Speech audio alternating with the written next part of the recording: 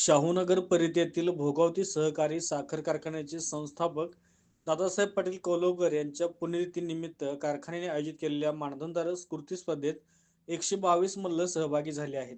पहिल्या दिवशी अनेक चटकदार कुस्त्या झाल्या.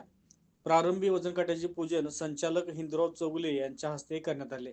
स्पर्धेचा शुभारंभ कारखान्याचे अध्यक्ष प्राध्यापक शिवाजीराव पाटील यांनी केला. यावेळी झालेल्या कुस्तीमध्ये पार्थ खोत, प्रतीक मेहतर, यश पाटील, आयुष ढोकरे, सुफियान सय्यद, संकेत गायकवाड, माऊली टिपुकडे, कुलदीप पाटील यांनी विविध वजनी गटामध्ये चमकदार विजय मिळवत पुढील फेरीत प्रवेश केला आहे.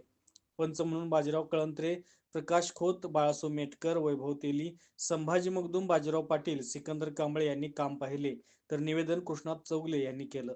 यावेळी कारखान्याचे उपाध्यक्ष राजाराम कवडे, संचालक मंडळ, कार्यकारी संचालक सागर पाटील, जनरल मॅनेजर संजय पाटील यांच्यासह विविध संस्थांचे पदाधिकारी आणि कुस्ती क्षेत्रातील अनेक मान्यवर यावेळी उपस्थित होते.